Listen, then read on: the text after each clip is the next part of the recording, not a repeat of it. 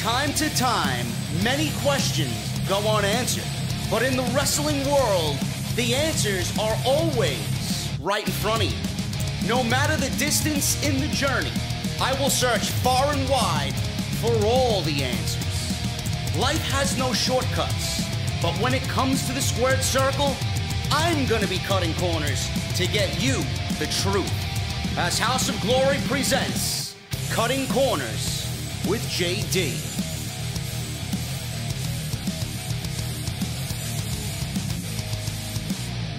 Ladies and gentlemen, welcome to Cutting Corners. This is episode 3, and today my guest is former Crown Jewel champion and a Nintendo savant in LeRoy Green. How are you doing, my friend? What's up, JD? It's good to be here. This is actually my first ever sit down official interview. So I didn't know what to do. I didn't know what to bring. I mean, I wore my favorite shirt.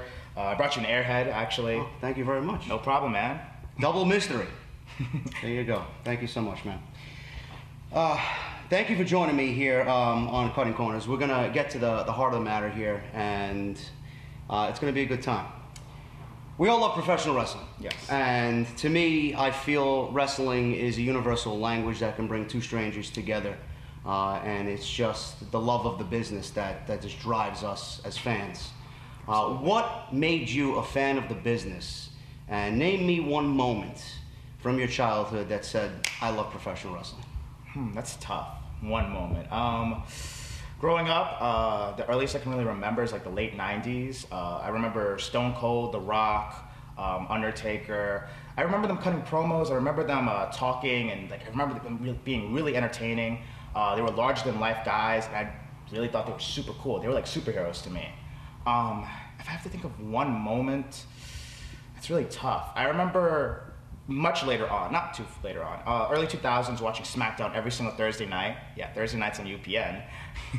Old school. Yeah, and I remember watching the Cruiserweights, actually. Rey Mysterio, Tajiri, Matt Hardy a little bit later on. I remember watching them and thinking, these guys are incredible. The way they flew around the ring, the way they were doing inventive moves. I didn't even know human beings could fly like that, and that just was what solidified my love for this.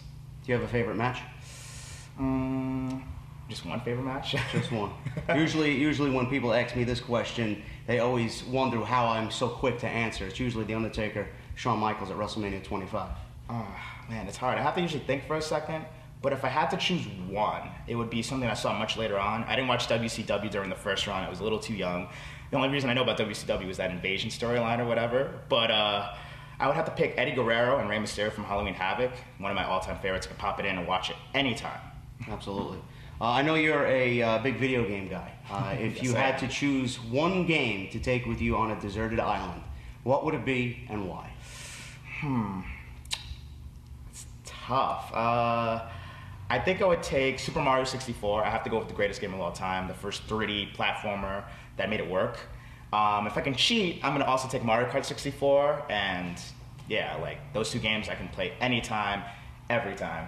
Speaking of Mario Kart, who's your favorite character? I always go with Luigi, partly because of that mad Luigi meme that popped up in Mario Kart. I just love his face. The one that every ex-girlfriend uses? Yup, absolutely.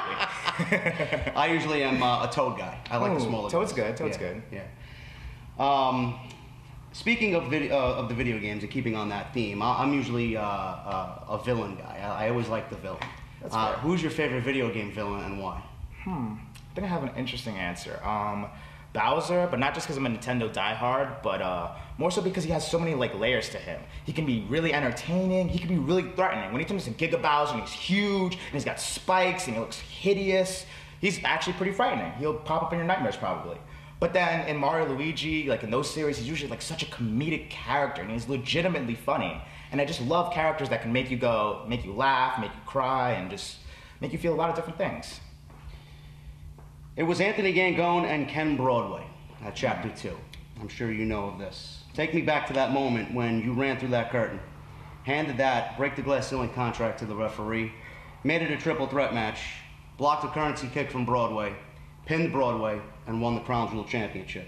What was going through your head as you ultimately put yourself in the middle of two of House of Glory's biggest stars and won the Crown Jewel Championship? Well, my first thought was don't trip. Don't mess this up. Yeah, Titus. Because if I would have tripped into that ring, I probably would have died. It was Don't Mess This Up. I remember thinking to myself, I should probably wait for the match to end. I should probably wait. It'll probably be better that way. But then I felt the energy from the crowd. I felt the crowd getting into it, and I felt that energy. I felt that vibe, and I was like, I can't wait. This is the perfect opportunity. This is my opportunity. So I ran in there.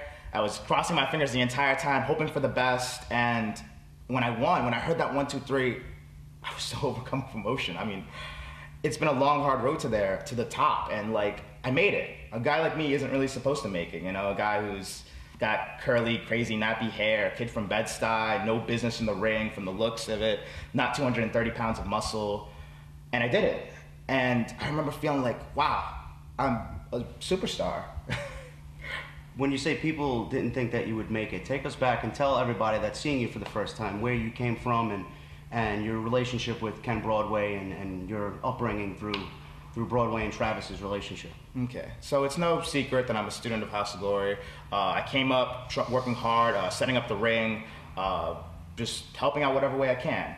Very early on, House of Glory decided that I would probably be better off as a referee rather than a wrestler, and I'm not gonna lie, I didn't sit well for me because my whole life I wanted to be a wrestler, not a referee.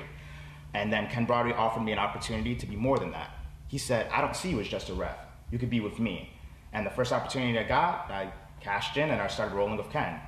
But that also meant that I had to start from square one at the very bottom. I was his young boy.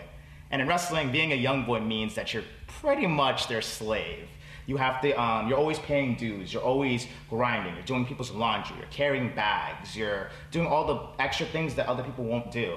But I'm actually kind of grateful for that because not a lot of people break into business that way. Not a lot of people break in a humbling kind of way like that. I had to work really, really hard from the very, very bottom of this roster to get to where I'm at now. Absolutely. It was Glory of War and a match with Evander James in your first Crown Jewel Championship title defense. Ken Broadway obviously was a factor in you losing that match. Clearly he wanted the Crown Jewel Championship back. He felt like you took it away from him unfairly. And then you had a match with Broadway at HOG 7 in a last man standing match, and you, again, did the unthinkable and you beat Ken at HOG 7. What is your relationship with Ken now, and are you two once again on speaking terms after the rocky past that you guys had? Well, after the match, it was a little awkward at first. It was the first time that we had spoken in a way that wasn't negative in a long, long time. Even when it was positive, me and him didn't really have a friendship. It was definitely a business relationship. He was my boss, I did things for him. Anytime I tried to overstep that, he would quickly shut me down. So now it's interesting because now we're on the same level and we talk, we hang out. I'm actually supposed to go to one of his penthouses later this week and bring the GameCube over, and we're supposed to play some Melee, so that should be fun. Do you see a friendship again forming there with Ken? I think so. I mean, I would be lying if I didn't say there were some feelings still, some hostilities there, but... Do you feel he has your back now? I think so. Yeah. He's shown me that he has my back. I believe that you stated that what you do in this ring, you do it for the fans. You are, to me, one of the driving forces in this company. You are an intricate part of what makes up the heart and soul of House of Glory. But you haven't had a memorable 2018 thus far. Yeah. Until now. It is my understanding that at High Intensity 7, the turf war between the House of Glory, I would say management, Rob Blatt, and the House of Gangon will continue at High Intensity 7 in a traditional 5-on-5 tag team match, again put together by Rob Blatt. Okay. Rob Blatt apparently has named you captain of this team. Wait, what? Captain? Breaking news here. Yes. You are team captain for Team House of Glory against Team Gangon. How do you feel leading the charge against the House of Gangon now that you've found this information out? And what do you plan to do with this opportunity? And have you given any thought as to who you will choose now alongside of you at High Intensity 7? I'm still trying to process that I'm captain of anything. Wow, that's huge. Thank you for telling me that. That's awesome. I mean, it's kind of my job. I think it's very humbling. Let me also knock also what you said. Thank you. I think it's really humbling that people think that I'm the heart and the soul of House of Glory. That's definitely something that I strive to be. I don't think I'm there yet, but I definitely want to get there. And I definitely want to be someone who, when they think of House of Glory, they think of LeRoy, the kid that never gives up, the kid that keeps going no matter how bad he gets beat. He keeps on going, he keeps on going. That's what being unbreakable means, Thoughts on who's going to be on my team? That's hard. I mean, There's so many. I mean, can I have everybody on my team? Can I have Sonya? And damn, she's got something to do though. Can I have Private Party? Oh, damn, they're gonna help out Red. I don't know. I mean, it's gonna be tough.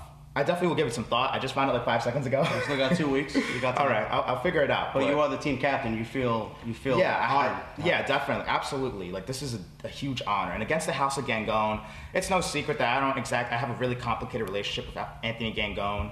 At first, I thought he had my back. I thought he like wanted to see me break away from Ken, but it seems like he just wanted me to, screw over Ken for him to succeed, not for me to succeed. Yeah. And I still remember the beatdowns he's given me. I still remember the pile driver he gave me when he first came back. I still remember all the negative things he said to me on social media. He's definitely a very negative force in House of Glory, and I'm just not. I can't accept that. I mean, I've actually wanted for a long time to help drive away the House of Gangone. HOG stands for House of Glory, not House of Gangone. This is not their house, and come August 17th, me and whoever else is behind me, we're gonna prove that this is a house of glory. I think with that attitude, you're going to have a very successful high intensity. Thank you. Last question of the afternoon, my friend. From where you started to where you have already, gotten yourself and accomplished here in House of Glory, where do you see yourself going from here, and what do you want to accomplish for yourself in this business over the next several years? Okay. Short term first, long term then. Okay, so first I'm going to say short term.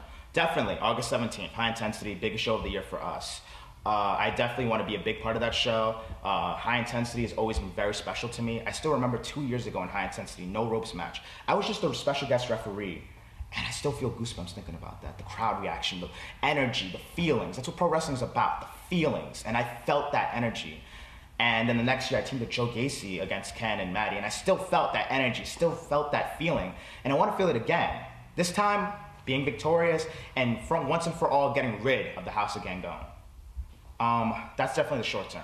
After that, I definitely want to get back the Crown Jewel title. I haven't been focused. I haven't had a good 2018, as you earlier said, but I want the Crown Jewel title. I only held it for about a month, and I feel like I let some fans down by not being a credible champion, and I need to get it back. I need to redeem myself. For the long term, I don't really know. I mean, I want to keep getting better in the ring. I want to keep being a better wrestler and a better person. A lot of times people forget that. Like, we're supposed to be role models, for people who don't have voices, for people who don't have platforms. And I want to be a better person. I want to be someone who can speak for people who don't have voices and make awareness to issues that don't really have a lot of awareness. I definitely want to go out there and travel more. I want to go to the same places everybody wants to go, NXT, New Japan, wherever.